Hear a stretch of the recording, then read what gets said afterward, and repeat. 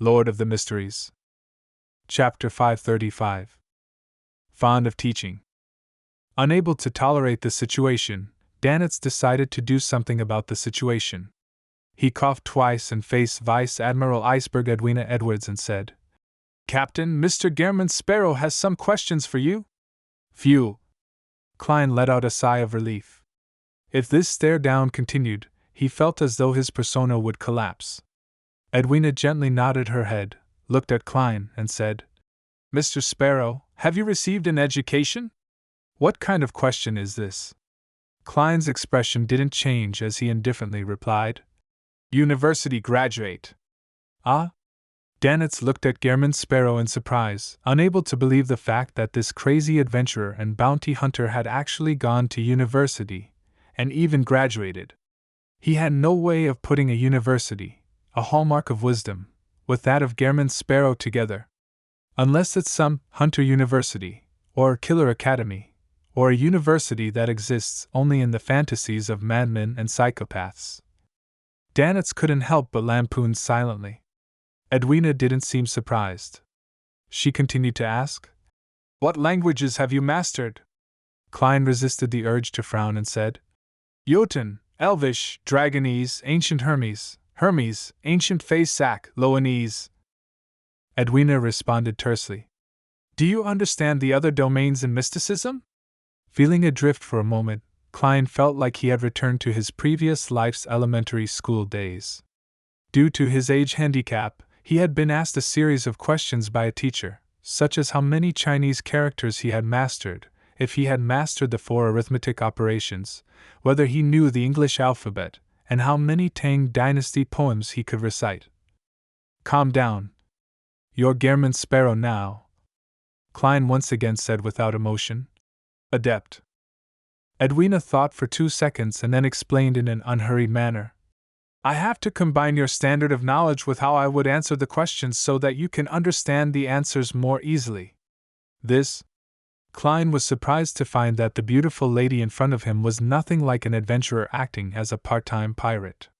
She was basically a teacher with a cold expression but a kind and patient attitude. He calmed down after thinking about the vampire that headed for the Church of Earth Mother daily. "This is the first pirate admiral I'm officially meeting. She's indeed unique." Klein secretly sighed and said, "First question, where do beyonder creatures appear at sea?" "The commonly seen ones." He didn't directly ask about mermaids, as he didn't want her to see through his real purpose, which would lead to unnecessary accidents. Edwina thought for a moment and then wiped the so-fall ritual off the blackboard. She then wrote and drew, "Set off from Sonia Island, sail 1,200 nautical miles in this direction, and you'll enter the depths of the sea which humans have never explored. There is a Naga tribe active there. They've been working hard to find the underwater city which is rumored to have a powerful demon sealed within. That's the entity of their faith." Edwina spoke in detail, partly from her own efforts to find the treasure itself, and partly from the knowledge and rumors she had exchanged. It took her a while to finish the general story, but to Klein's dismay, there were no mermaids anywhere except in the eastern waters of the Gargas archipelago. He quickly calmed his mood and said, "Second question, do you know how to remove the mental corruption from a beyonder characteristic?" He didn't hide the fact that he knew about beyonder characteristics. Edwina's eyes flickered for the first time, as though she had a new understanding of Gehrman Sparrow. She shook her head. "I don't know.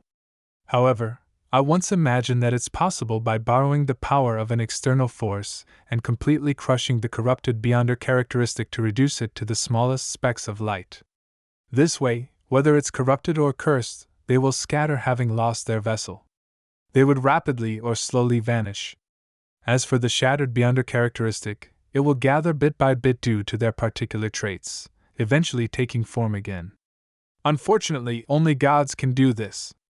If you get the favor of any god, you can try to please them by offering enough sacrifices and pray for a response. The law of convergence of beyonder characteristics." In his mind, Klein filled in what Edwina had purposely left out. At the same time, he couldn't help but sigh. This Vice Admiral Iceberg, captain of the Golden Dream, was extremely knowledgeable in mysticism. She wasn't worse than him, someone who had read many of Roselle's diary entries and had experienced many things. It was said that Vice Admiral Iceberg can replicate or simulate the beyonder powers of her opponents when they use them in front of her. This is rather similar to Mr. Isengard Stanton's 2-081 ring. As soon as Klein's thoughts began to wander, he forcefully reined them back, and he nodded as if he was thinking about something. I agree with this hypothesis.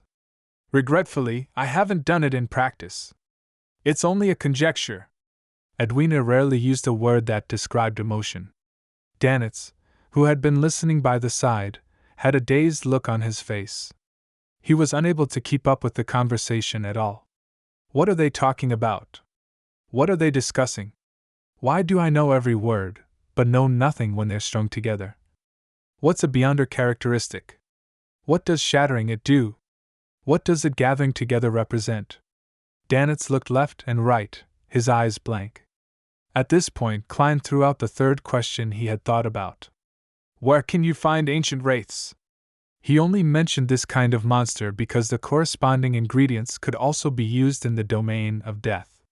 It didn't expose the secrets of his own sequence. Edwina glanced at Danitz and said, I'll keep an eye out for you. If you want to attend Byam's Beyonder gatherings, he knows a few. He can take you there. Not bad, it's easier to talk to smart people.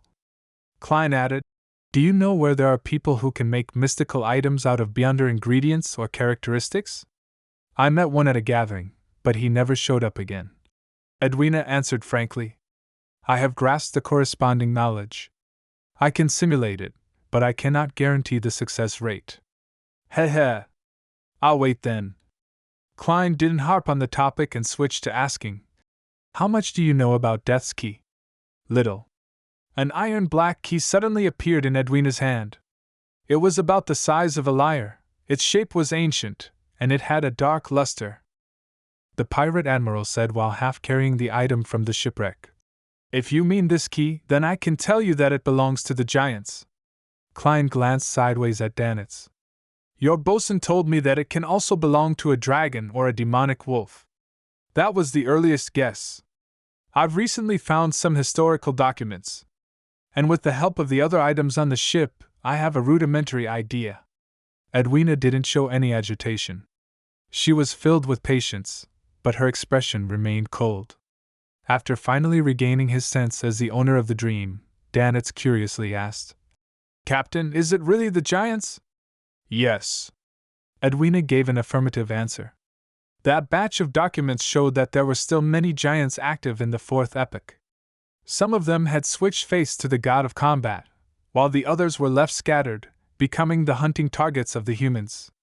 One of the tribes built a ship and tried to find the lost giant king's court at sea, never to return. The sunken ship we discovered, along with some of the items inside, are very similar to the relics they left behind in their original settlement, so we have sufficient reason to believe that the key belongs to the giants, and it is very likely to be pointed towards the lost giant king's court of their race before the cataclysm. Giant king's court? Little Son said it's not far from the City of Silver. Klein didn't say a word, but he quietly listened to Vice Admiral Iceberg's description. I have to say, the City of Silver and the Forsaken Land of God are things I know that completely surpasses other beyonders. Even the 7 gods can't find that place, or they find it hard to figure out the exact situation. In this aspect I'm stronger than them. Klein thought about it with a smug and self-deprecating manner before saying in a deep voice, If I offer a sufficient price, are you willing to sell the key? Of course, unless I acquire additional clues to the giant king's court. Edwina continued to speak at a moderate pace. Very good, if the Tarot Club organizes an expedition to the giant king's court one day, I will buy this key. Klein was about to ask the last question when he suddenly remembered the 4 adventurers. Relying on the power of the dream charm, he conjured the lady with greenish-gray eyes, who wore a man's shirt, and her 3 companions. Do you know them? Edwina took a glance and said almost without thinking. Letitia Dolera, an archaeologist and adventurer. Rumor has it that she's a member from the Moses Ascetic Order, or the Element Dawn. Moses Ascetic Order. The ancient organization that believes in the hidden sage. It really isn't for money, and their goal is definitely something from the abandoned temple. Klein asked casually, "What do you know about Element Dawn?" This mysterious organization was similar to the psychology alchemists, having been born in the recent 1 to 200 years. It combined the elements of various schools of mysticism. It had its own set of theories, and its members were all proficient in spell casting and had mastery in many ancient witchcraft techniques. Edwina pursed her lips and said, "They've always been fighting against the Moses ascetic order. Rumor has it that the eldest daughter of Emperor Roselle, Bernadette Gustave, established it. The Element Dawn is headed by Bernadette? Zero's prophecy is quite accurate after all. She can really be considered an important figure in the Beyonder world." Klein sighed inwardly, feeling somewhat enlightened. He resisted the urge to sigh and looked at Edwina. He calmly said, "One last question." When the beautiful lady and blazing Danet's attention was fully focused on him, he slowly opened his mouth. "Are you interested in cooperating?" "What kind of cooperation?" Edwina returned with a question. The smile on Klein's face became more and more exuberant. With a hint of madness in it, he said, "Hunt Admiral of Blood."